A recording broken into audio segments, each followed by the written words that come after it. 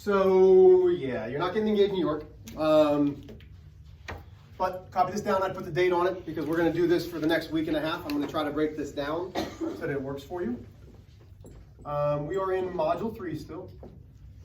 This is the start of lessons 21 through 26. We are starting with surface area.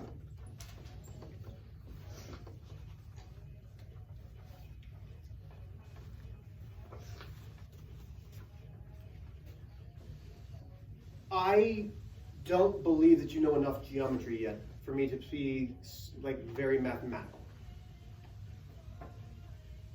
So a lot of my definitions are going to be made for you to make sense of them. Does that make sense? Okay. So who has an idea of what surface area is? What do we think surface area is? Go ahead. The base. Okay, there is going to be a base in surface area. I love it. Mason. The area of the surface. The area of the surface of what? The shape. Of the shape. Okay, you're getting there. Garrison? The area of a three-dimensional shape. The area of a three-dimensional shape. Well, what parts? The outside. The what? The faces of the shape. The faces and the? Base. And the bases. Okay, I love that because we now know a couple geometrical terms.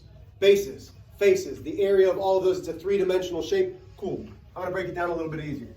It's the area of each individual shape. Okay? We know how to find the area of a rectangle. We know how to find the area of a circle. We know how to find the area of a triangle, right? Those are individual shapes.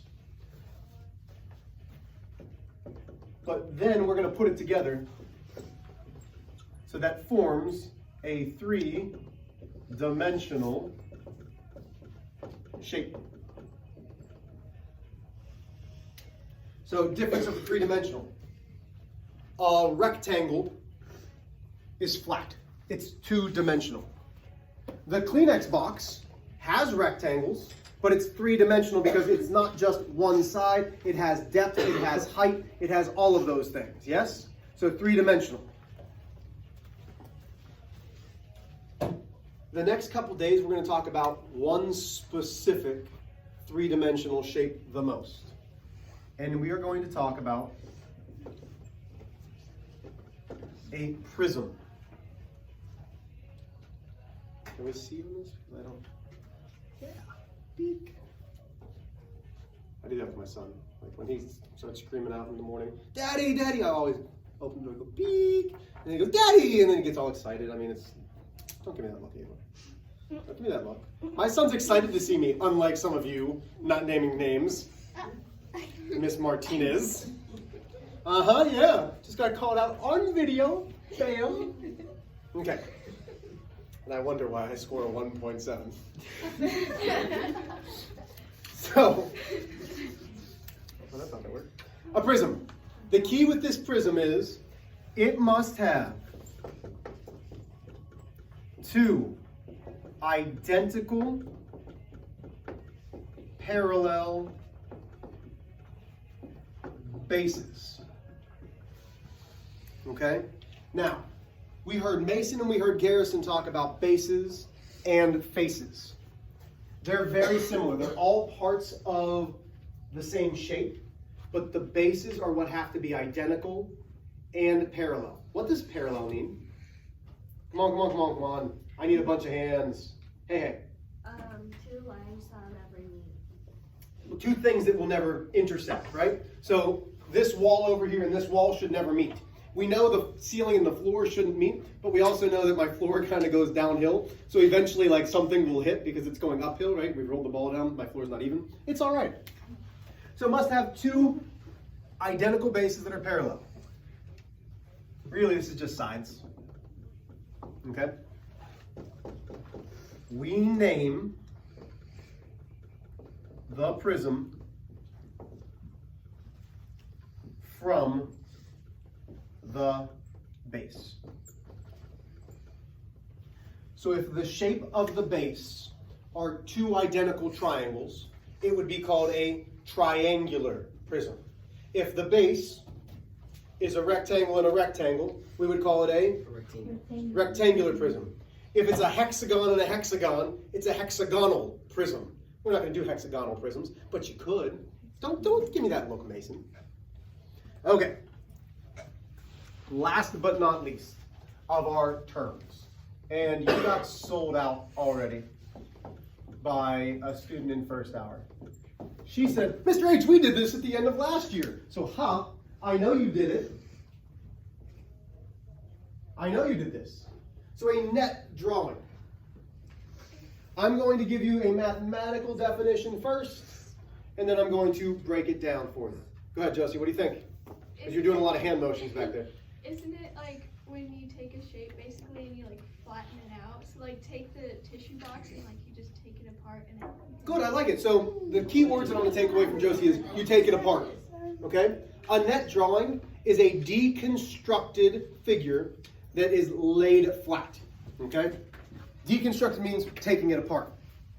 I'm going to say, and I'm going to get my notes here because let me be a net guy. Aha!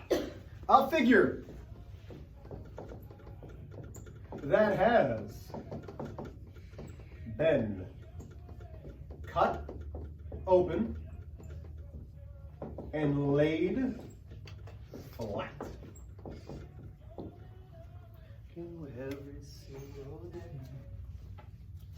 Just wanna tell you I can. You wanna sing with me, Eddie? You sure? Okay, so Nikki, were you starting to sing there, Nikki? No. Are you lying a little bit? No. Your face. Who was that? It was Mason? No. Oh, okay. So, here we go. A net drawing. We are going to pretend that we're giants looking down on a figure. Like fee, fi, fo, fum, we're ready for math fun. That was good. See, my first hour just looked at me funny. Like, kind of like how no, Faith. No, what, Faith? Do you have white out? I'm trying to see that. That's all right. Don't worry about it. I will try to get you white out in a second. So, I'm going to draw a figure. We're going to name some things about it. So, let's go.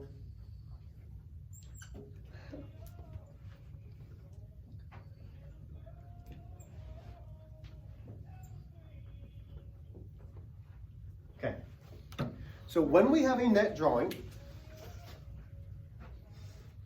the key to the net is how can we fold it back together to make the original drawing. You're going to want to absolutely have this copied down.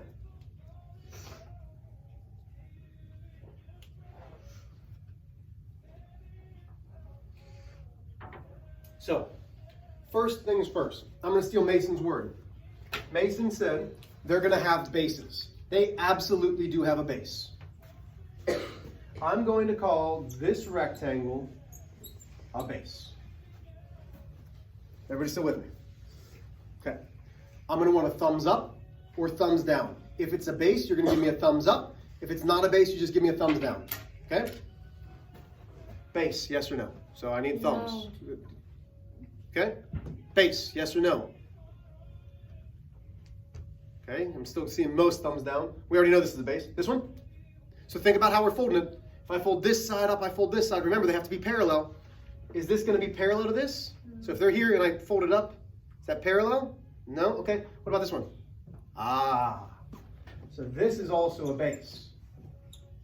Because if this is on the bottom, where's this one? On the top. Okay. So there's the bases. What else do we have? Garrison? Faces. So this is a face. What else do we have? Where else is going to be the face that matches up with this one? Left, right, or bottom? Bottom. Okay. Blue. What are we going to call these? Side face. They're still called faces. They're not different. They're still called a face.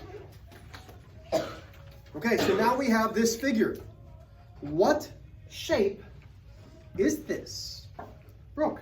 It's a rectangular prism. Very good. This is a rectangular prism.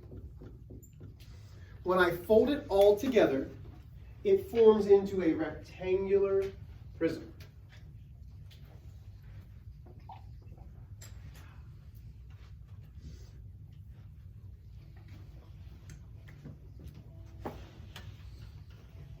So, let's find the surface area of this rectangular prism.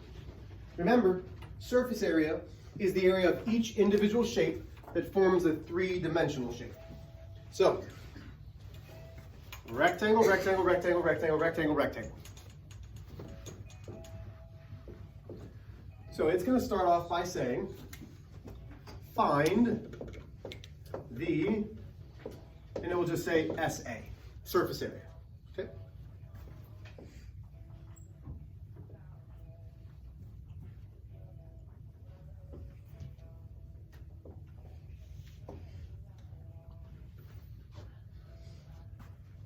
Two inches, 3 inches,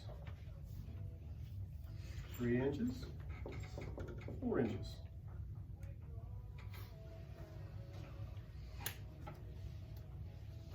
We have enough information to find out the surface area of this shape.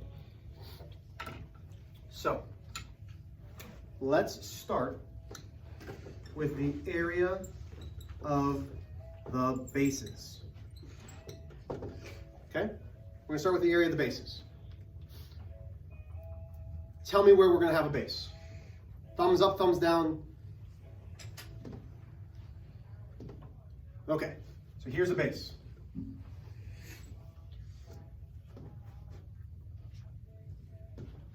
Okay. So, what shape is every single one of these things? What shape? Josie? Square. Try again, Josie. Rectangle. Rectangle, okay. So we know to find the area of a rectangle, it's length times width. With me? Ms. Glad you. We want to find the area of this base. What's my length? 4. Good. Now it's where it gets tough. What's the width of that base? Aiden? 2. 2. Because rectangles, so here's 4, that means this is 4. This one matches up with this rectangle, which is 2. So the area of this particular base is 8 inches squared. Does everybody agree? Yes? But what does it say? Area of the bases. How many bases do we have to have? 2. So what do I have to do to 8 inches? There are always going to be 2 bases when we're talking about prisms. So that gives me 16 inches squared, okay? Let's switch up colors. Let's go to green. Let's find, do you want to do top or left and right? Top and bottom or left and right? Josie. Top and bottom, left and right? Left and right. So face, face. Okay, so green face. Area still stays the same, length times width, right? Because we're looking at a 2-dimensional shape. Okay, Faith, what do you want the length to be for this one? Which one? 3. So, okay, sure. We can use that as the length. So 3, what does the other side have to be? 2. Well, let's see. So if this side's 3, what does this side match up with? 4. Oh, with 4, okay. Does that make sense? So now we have 3 times 4. So the area of the green faces are 12 inches squared. But how many green faces are there? Ava, how many green faces are there? 2, so what do I have to do to 12? Multiply it by 2. Good job, honey. That gives me 24 inches squared. Everybody with me still? Okay, let's go to blue face. Last but not least, blue, blue.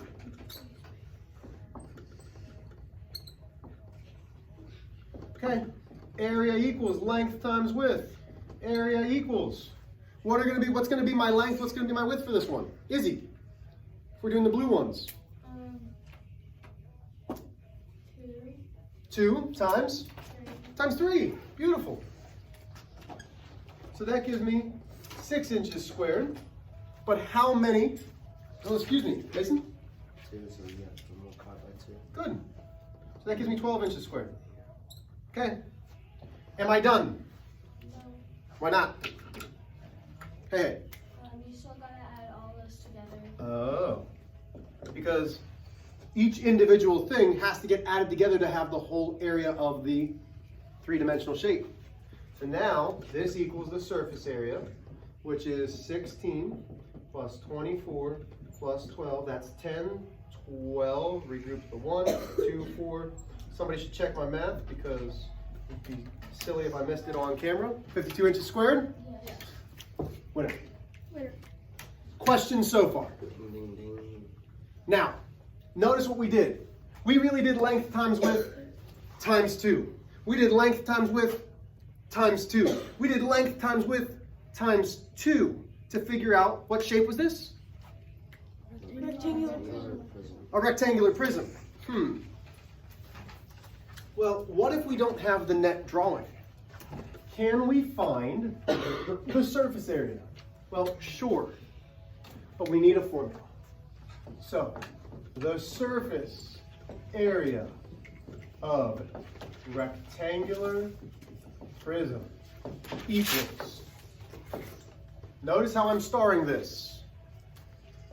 Notice how I'm putting this in a nice little bubble. Do you think it's important? Yeah, I mean, it's going to be important.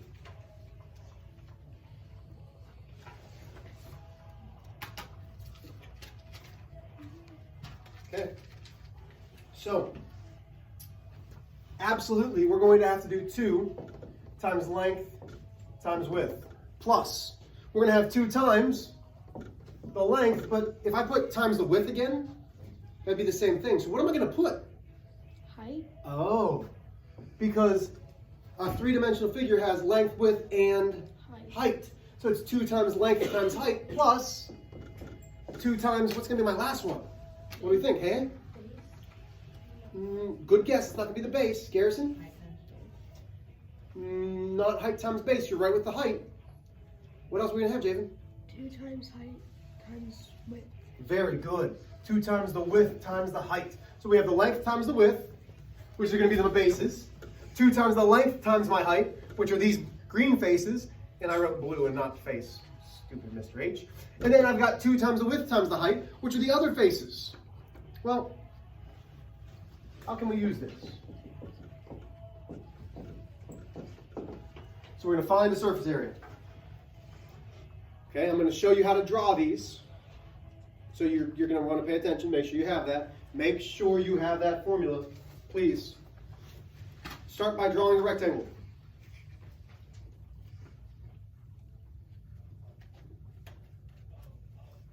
Alrighty. Auto parts. Okay, there's my rectangle. Go to the right and up. Draw a dashed line. Draw a dashed line. Then solid. Still with me? Top left, top left, top right, bottom right, dashed line, bottom left, bottom left. The reason that we have dashed lines, at least for this, is because if I ask Mason, how many fingers am I holding up? 4. 2. You can't see through the box, right? This is showing us, hey, there is something behind there. Sometimes they won't have that. They'll just have the front of it and say, you know it's a rectangular prism. I want you to see that there is stuff behind there. Does that make sense? Okay. So, here we go. We've got 5 centimeters, 10 centimeters, 8 centimeters. Have that copied down first. Then we'll keep on going. So I'm going to give you a second to get copied up.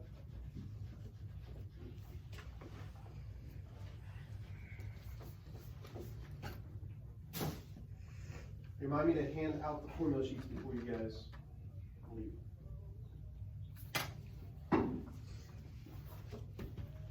Okay. what I want you doing, and again, this is what I want you to do every single time, because it will absolutely help you, is label what we have. If you're just given a picture, it doesn't matter what we label. It becomes a problem when we have a word problem, okay? But when it's just a picture, it does not matter what we label. Sophie, what letter would you like to call 5 centimeters? The length, the width, or the height? Length. Okay, so 5 is going to be the length. She's named it length. Is that what I would have chosen? Nope. Does it matter? Nope. What are we going to call 10 centimeters then? Our length, our width, or our height? Nikki? Sure, now it's our width. Okay. Our base is always going to be the length and the width for rectangular prisms, which leaves me with 8 centimeters. Abs, what's my 8 centimeters? Height. The height. Do I have enough information now to substitute into my equation? Yeah? Because here's my equation. Do I have L, W, and H? This is where you respond. Yes. Yes! Okay, good. Perfect. Come on, guys. You're making me look foolish in my video. Faith.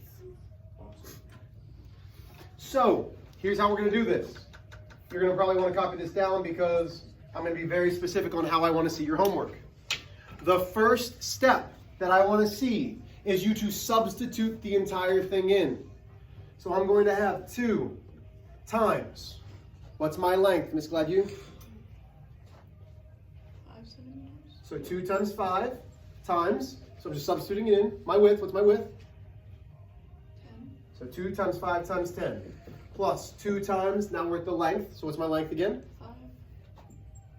Times my height, which is? 8. Plus 2 times, now we're at the width, 10. times 8. 8. There's step number 1. Notice I substituted everything in. Is anybody confused by this? This is where you're going to try to say, Mr. H, I don't want to do that. And I'm going to say, I don't care. You're then going to show me each individual portion broken down. So you're going to show me this portion, plus this portion, plus this portion. So in your calculators, do 2 times 5 times 10. You shouldn't need to. Double check my math. Is it 100? Yeah, okay, good. Then you're going to do 2 times 5 times 8. Gives me 80. Yep. 2 times 10 times 8. Should give me 160. Everybody with me? Okay. So there's step 2. Step 3 is all of it together with my unit. So that should give me, what, 420 or 320, something like that? 340. What, 340? I wasn't even close.